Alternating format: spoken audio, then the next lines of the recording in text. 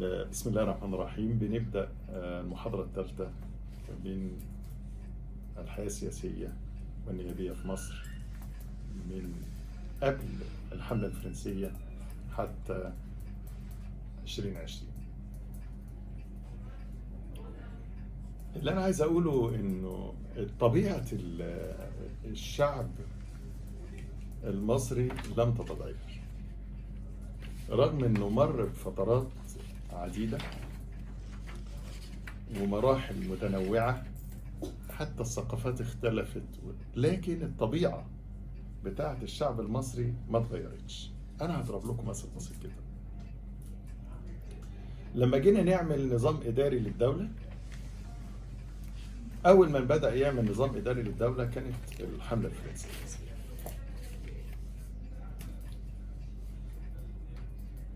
احنا ممكن نقول النظام الإداري ده هينظم الدولة، هيبقى حاجة جميلة، لكن المصريين كانوا متضايقين من ان يبقى في نظام إداري تدار بيه الدولة، وحسوا ان ده تدخل في حياتهم الشخصية، لدرجة انه حتى لما الفرنسيين اهتموا بالصحة العامة للمواطنين، المواطنين كانوا متضايقين،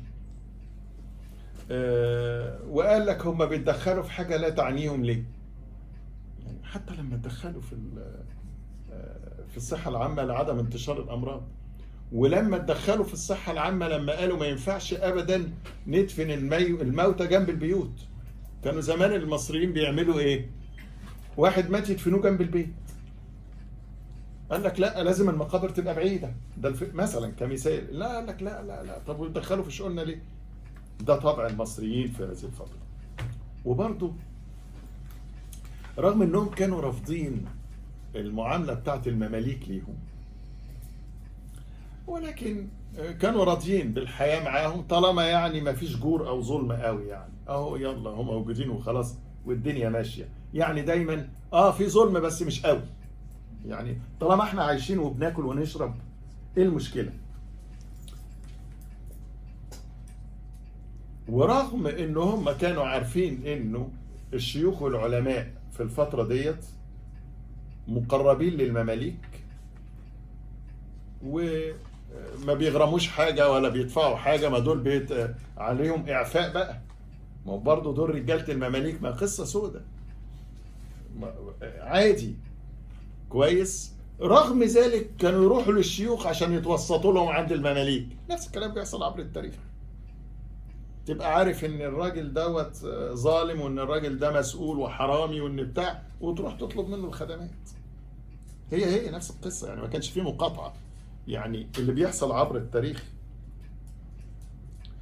ولكن في النهاية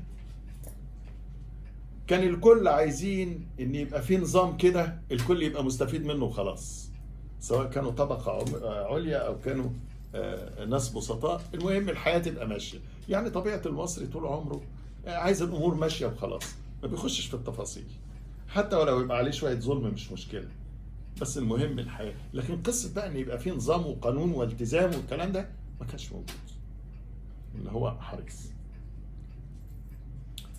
برضه حتى النظم الحكومية لما اتعملت حتى مع بداية الدولة الحديثة، خلي بالك كانت لا يعنيها غير 3 حاجات. الحاجة الأولى جمع الضرائب، ده موجود في كل النظم. نمرة 1 نجمع ضرائب. نمرة 2 نوفر الإيد العاملة للمشروعات العامة، ده دور الدولة. 3 حاجة استتباب الأمن. بعد كده الناس تبقى تدير حياتها بالطريقة اللي تعرفها. كان زمان ممكن ما يبقاش في قوانين، دلوقتي بقى في قوانين، بس الكلام ده ماشي برضه. الناس ما تعرفش حاجة عن القوانين وماشية أمورها مع بعض، بس الدولة يعنيها وتهتم قوي جمع الضرائب، مش كده؟ توفير العمالة للمشروعات العامة، استتباب الأمن. اللي يزيد عن كده الناس تمشي يعني تقضيها مع بعض، زي ما احنا بنقول تمشية الأحوال. الوضع لم يتغير كتير.